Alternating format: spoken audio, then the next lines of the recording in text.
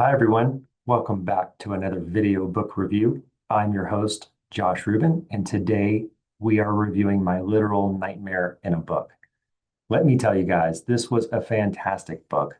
The Voice Catchers by Joseph Turow, published in 2021, yet it is still quite relevant today, even with incredible developments that have occurred since the book's release. The entire title is The Voice Catchers: How Marketers Listen In to Exploit Your Feelings, Your Privacy, and Your Wallet. Don't forget to like and subscribe. Hit that notification bell. It really helps out the channel.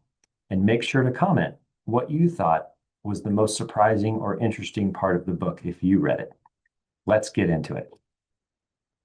The Voice Catchers is a thought-provoking exploration of the rapidly expanding world of voice profiling and surveillance capitalism. Turow, a professor of communication for the University of Pennsylvania, examines how voice-based technologies, from smart speakers to call centers, are being used to collect, analyze, and monetize the intimate details of our private life.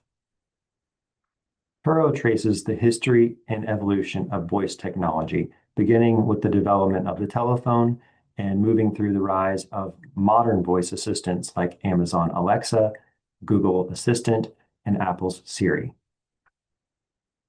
He reveals how corporations are investing billions of dollars into technologies designed not just to recognize words, but to classify emotions, demographics, and even psychological traits, all based on the unique qualities of a person's voice.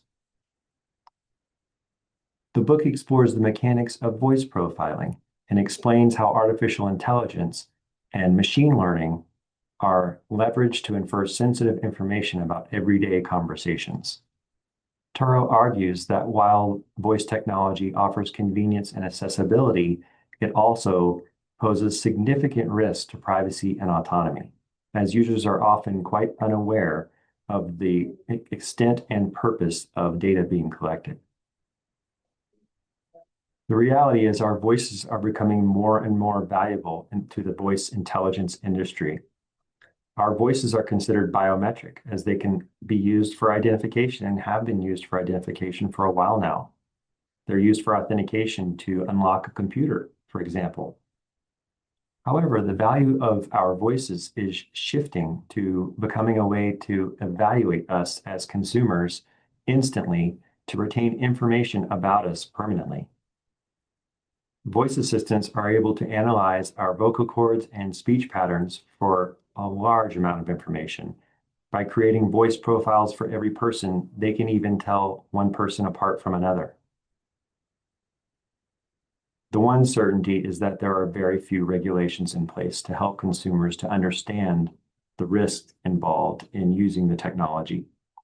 People are easily convinced to ignore the risk and to integrate this voice technology into every area of their lives. It's in our homes, it's in our cars, it's in our phones, it's in our watches, and it's in everything that we do. Eventually, voice assistants will make it into every area of our life if it hasn't already. Facial recognition technology, on the other hand, hasn't made it into our private lives or into our homes. But voice recognition technology is already there. Tens of millions of consumers already have voice assistants in their home in some shape. They may have it on their cell phone, their smartphone. They may have a voice assistant device plugged into one of their TVs to control their entertainment. They may have it built into a smart home. They may have it built into their security system. More and more people are adding smart technology into the home, and some new homes are even coming with it built in already. So how are marketers and call centers using the technology to gain access to our voice data? Turow identifies 4 corporate strategies that are in use to gain access to our voice data. The first is the spiral of personalization. That's the idea that marketing must become hyper-personal to remain effective. They want information about current and prospective customers in order to target individuals with tailored advertising. They claim that voice profiling is meant to be helpful in everyday situations, and it's meant to be a convenience for you. But they are gathering your voice data with machine learning programs to analyze what people say and how they say it to discover exactly how you can be best persuaded. They can learn what words calm you down, for example. They can learn if you're a good fit for a loan. Do we really want our worlds to be filled with offers based on our emotions and sentiments that are captured from our voice data? Will our voice add or remove opportunities, discounts, access to services and products? Will we be denied loans and applications? Will we carry a permanent risk rating on our profiles? These are all concerns that should be answered. It's important to understand how they use seductive surveillance to capture our data. Terms of licensing and agreements and privacy agreements may state that they're collecting our data and using it for the purpose of improving services. Agreements from Amazon, Apple, Microsoft, and other companies rarely tell a customer exactly how the data will be used and how long it's kept. As companies try to normalize the use of voice assistant technology into our lives so that we stop questioning it and stop worrying about the risk involved, we give up more and more of our privacy. The more that smart devices are interconnected into our daily lives, the more we accept it and depend on it. They also try to convince customers that it's an inevitable part of our daily life just to give up our privacy and accept that surveillance is going to happen regardless. I was very surprised at how sophisticated and advanced the voice technology already is today. I was always concerned about my phone conversations being recorded on my cell phone or in voice chat apps. But I was never concerned that the data was being analyzed to the extent that it is by several large companies. I never knew they were able to learn as much as they can. Our emotions, our demographics, our location, whether we're lying or telling the truth. Advertising and call centers are already using this data to identify exactly the state of their customer and what it will take to convince a customer to make a purchase or a sale.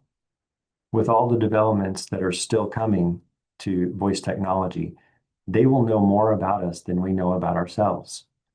This seems like a potential gold mine, not just for businesses and marketers and call centers, but also for governments, for foreign governments, for bad actors like identity thieves and hackers who would exploit the data to blackmail. I was also surprised at how many large companies are using the voice assistance and voice data collection technology to gain an edge in marketing with the products and services that they wish to sell. I didn't quite understand the origin and how call centers had a major role in pioneering the technology that we use.